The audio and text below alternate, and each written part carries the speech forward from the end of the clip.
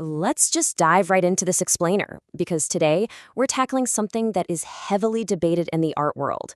We're looking at traditional red, yellow, and blue color theory going head-to-head with the modern cyan, magenta, and yellow model. Seriously, if you've ever tried to mix paint and ended up completely disappointed by the muddy mess on your canvas, you are in exactly the right place.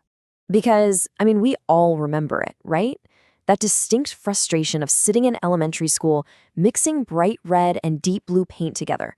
You're fully expecting this vibrant royal purple to magically appear. But instead, what do we get? An ugly, muddy, grayish brown. It kind of felt like a betrayal of everything that colorful wheel on the classroom wall promised us. So it really begs the question, did your kindergarten art teacher actually lie to you? Well, to answer that, we've got to unpack what I like to call the primary color myth. Let's just look at the textbook definition for a second. We're taught that primary colors are this foundational group of base colors, and from them, absolutely all other colors can be mixed. Now, in the traditional RYB model, red, yellow, and blue are the undisputed champions, right? But, and this is a big but, if you've ever actually put brush to canvas and tried to mix a hot, vibrant pink or a super luminous, bright green using standard red, yellow, and blue paint, you already know it's practically impossible. And hey, this isn't exactly a new revelation. Check out this quote. Way back in 1905, renowned color experts like the American painter Albert Munsell realized that relying solely on red, yellow, and blue was fundamentally flawed. He famously called it a widely accepted error. It turns out, from a purely scientific standpoint, those three specific hues simply don't have the right properties to give you the entire spectrum of visible colors when mixed. So if RYB isn't the whole truth, what is? Enter the CMY model. To really get CMY, we first have to understand how physical paint actually works. When we're dealing with paint, ink, or dyes, we're using a process called subtractive color mixing. And this is completely different from mixing pure light on, say, your computer screen. In subtractive mixing, the pigments you're putting on the paper are actually absorbing or subtracting certain wavelengths of light, and they're bouncing whatever colors are left back to your eye. So the primaries you start with dictate exactly how much light gets subtracted and how quickly your beautiful mix turns into dark mud. Now, when we put the traditional RYB model head-to-head with the modern CMY model, which stands for cyan, magenta, and yellow, the scientific superiority of CMY for pigment mixing becomes so immediately clear.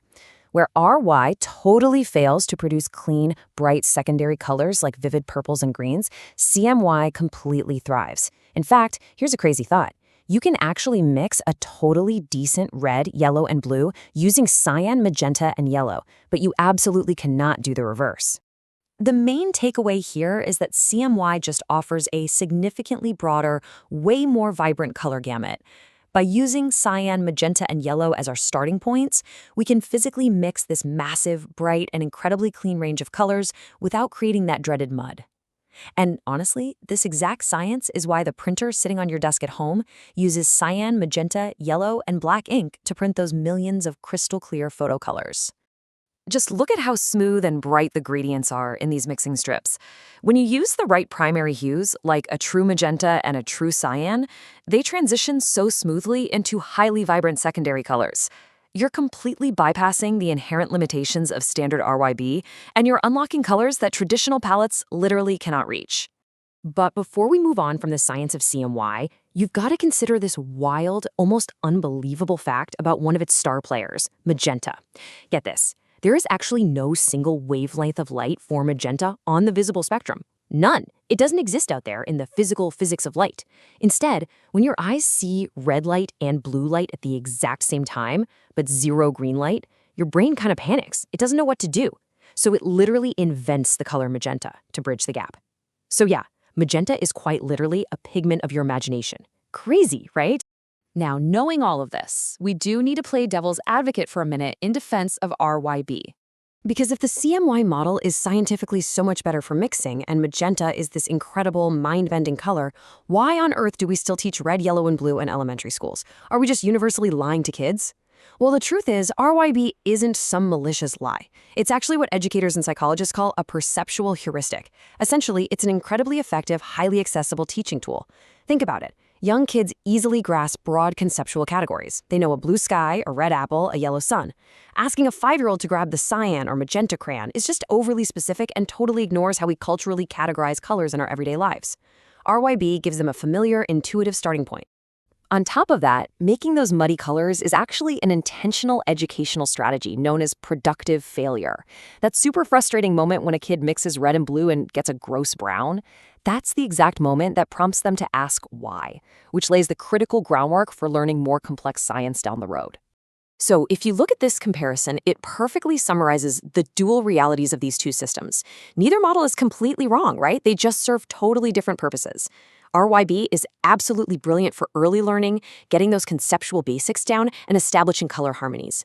CMY, on the flip side, is essential when you need scientific precision, for printing, and for achieving a massive, vibrant color gamut in your paint. So, where does that leave the pros? Let's talk about what professional artists actually use in the real world.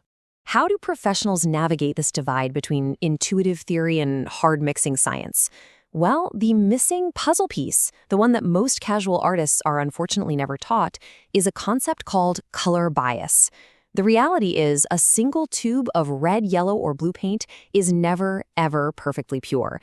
Every single pigment has a bias. It leans either warm or it leans cool. A red might lean slightly toward orange, making it warm, or maybe slightly toward purple, making it cool. Understanding this bias is the absolute #1 secret to avoiding those muddy mixtures. To bridge that gap between the intuitive, easy-to-understand RYB theory and the strict scientific demands of CMY, professional artists use what's known as a split primary palette. Instead of just 3 primary colors, they actually use 6 on their palette, 1 warm version and 1 cool version of red, yellow, and blue. Check out this practical color wheel. Notice how artists keep the intuitive RYB structure in their heads, but they use specialized pigments to act as their CMY equivalents.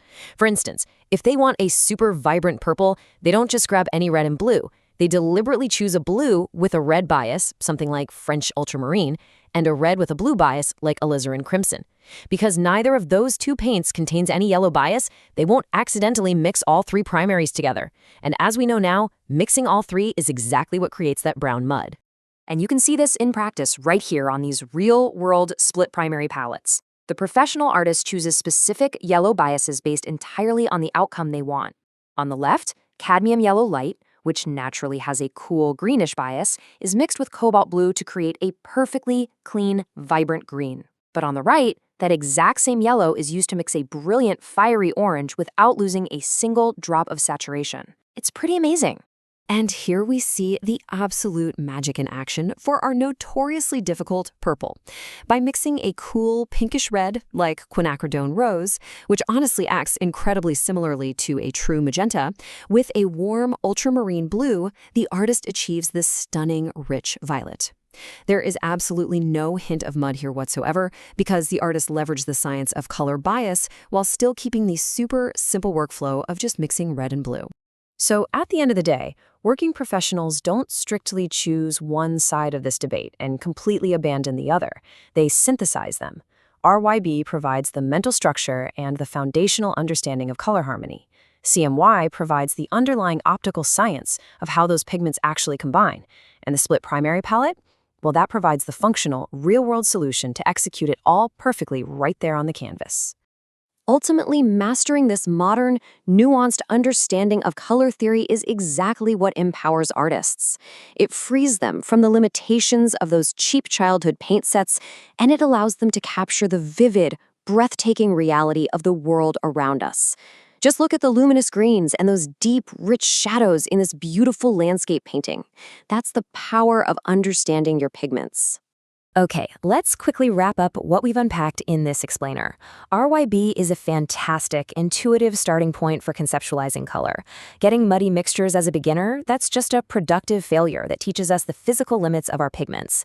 CMY steps in to bring us scientific accuracy and a much wider, way more vibrant color gamut. We also learned that incredible fact that magenta is literally just an illusion created by our brains.